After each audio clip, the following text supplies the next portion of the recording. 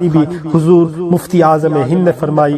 آپ نے پہلا فتویٰ اپنی زندگی میں 19 سال کی عمر میں تقریباً رضاعت کے مسئلے پہ لکھا. آپ سوچیں کہ حضور اعلیٰ حضرت امام احمد رضا رضی اللہ تعالیٰ عنہ کا بھی پہلا فتویٰ رضاعت کے مسئلے پہ تھا, حضور مفتی اعظم ہند کا بھی پہلا فتویٰ رضاعت کے مسئلے پہ تھا, اور حضور قائد ملت حضور مفتی ارشد رضا خان صاحب قبلہ آپ کا بھی پہلا فتویٰ رضاعت کے مسئلے پہ تھا.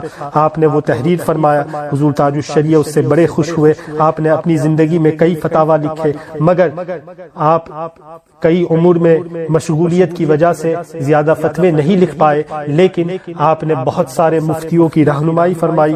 آپ کو حضور تاج الشریعہ نے اپنی ہی حیات میں خلیفہ بھی بنایا اور اپنا وکیل بھی بنایا کہ حضور تاج الشریعہ کے پاس آپ نہ پہنچ پائے تو حضور قائد ملت کے پاس پہنچ جائے, کہ ان کا ہاتھ حضور تاج الشریعہ ہی کا ہاتھ ہے, آپ کی زبان حضور تاج الشریعہ ہی کی زبان ہے. آپ کو حضور تاج الشریعہ نے اپنی حیات میں بریلی شریف کا قاضی مقرر کیا. آپ کو اگر سمجھ میں نہیں آتی یہ بات تو میں آپ کو ایک روایت سناؤں جو مفتی غلام جیلانی ازہری صاحب نے, جو جامعہ ازہر مصر سے فارغ ہے, وہ بھی حضور محدث کبیر کے مرید ہے, لیکن وہ بھی اپنے آپ کو حضور تاج الشریعہ کا مرید سمجھتے تھے. وہ فرماتے ہیں کہ میں جب بریلی شریف پہنچا حضور محدث کبیر کے ساتھ میں, تو میں نے دیکھا کہ حضور محدث کبیر حضور تاج الشریعہ کا ہاتھ چوم رہے ہیں. یہ 2018 کی بات ہے, یعنی حضور تاج الشریعہ کے آخری ایام کی بات ہے. حضور تاج الشریعہ کا ہاتھ چوما حضور محدث کبیر نے. اس کے بعد میں نے خود یہ دیکھا کہ حضور محدث کبیر نے حضور مفتی ارشد میاں کا بھی ہاتھ چوما, اور یہ تو فقیر نے خود بھی دیکھا ہے. کولمبو شری لنکا میں میں نے دیکھا, اور بھی کئی جگہ پہ ساؤتھ افریقہ میں میں نے دیکھا کہ حضور محدث کبیر حضور مفتی ارشد رضا خان کا ہاتھ چوم رہے ہیں. اور حضور محدث کبیر وہ شخصیت ہے کہ جن کے بارے میں بڑوں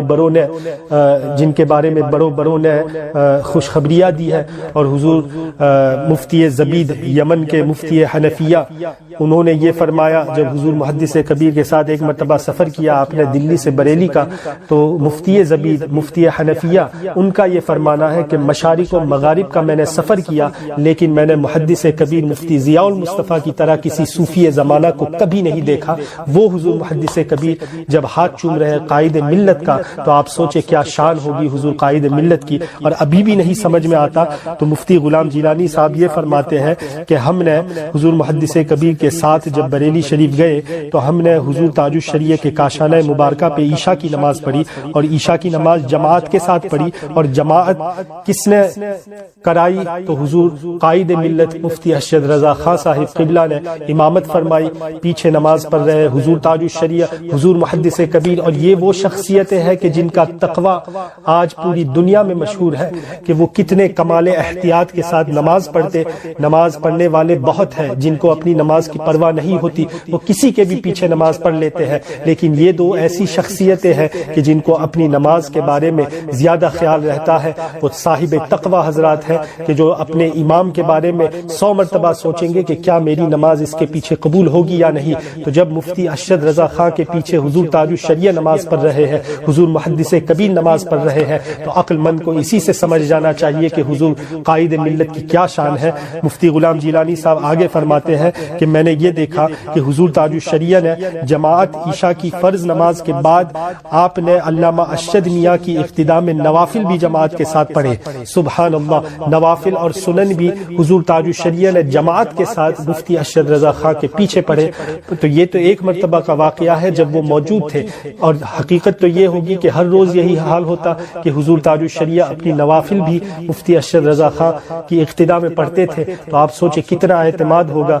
یہ مفتی غلام جیلانی صاحب نے جب یہ پوچھا حضور محدث کبیر سے کہ کیا معاملہ ہے کہ جماعت سے نوافل بھی پڑھے جا رہے ہیں, تو حضور محدث کبیر نے ان کو مسئلہ بتایا کہ یہ تداعی کے طور پہ نہیں ہے, یعنی صرف ایک شخص اقتداء کر رہا ہے نفل کی نماز میں, اس میں کوئی حرج نہیں ہے. اور یہ اس لیے تھا کہ حضور تاج الشریعہ کی علالت کا زمانہ تھا, آپ زبان سے صاف بول نہیں پا رہے تھے, تو قراءت کی ادائیگی کی وجہ سے آپ اقتداء فرما رہے تھے. اب حضور محدث کبیر نے یہ فرمایا کہ اگر میرے ساتھ آپ لوگ نہ ہوتے, اور اس میں ہمارے عزیز مفتی ابو یوسف قادری حنفی صاحب قبلہ بھی تھے جو صاحب زادہ ہے حضور محدث کبیر کے, محدث کبیر نے فرمایا کہ اگر میرے ساتھ آپ لوگ نہ ہوتے تو میں بھی جماعت کے ساتھ سنن و نوافل پڑھتا, کہ تداعی کے طور پہ نہیں ہے تو بالکل جائز ہوتا.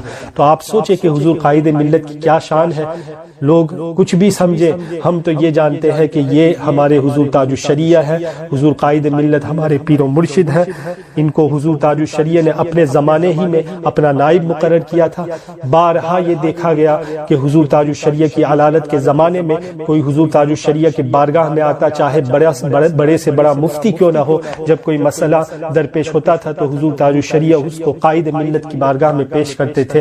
تو حضور قائد ملت کی شان کو سمجھو اور ان کے ساتھ اسی طرح برتاؤ کرو جس طرح ہم لوگوں نے حضور تاج الشریعہ کے ساتھ کیا۔ اللہ سبحانہ و تعالی حضور قائد ملت کی عمر دراز فرمائے اور ہم سب کو ان کے سائے کرم میں رکھے۔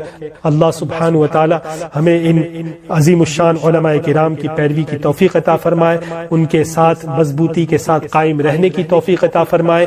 اسی طرح آپ یہ بھی جان لیں کہ حضور تاج الشریعہ نے مفتی شمشاد احمد مصباحی کا نام بھی لیا، حضور مفتی اختر حسین علیمی صاحب کا نام بھی لیا۔ اس طرح اور بھی جو علماء کرام کا اگر آپ کے ذہن میں ہو، میرے ذہن میں ان کے علاوہ کوئی نام ابھی نہیں ہے، ان علماء کرام سے آپ خوش رہو کہ یہ ہمارے پیر و مرشد کی خوشی ہے، ان علماء کرام کی پیروی کرتے رہے۔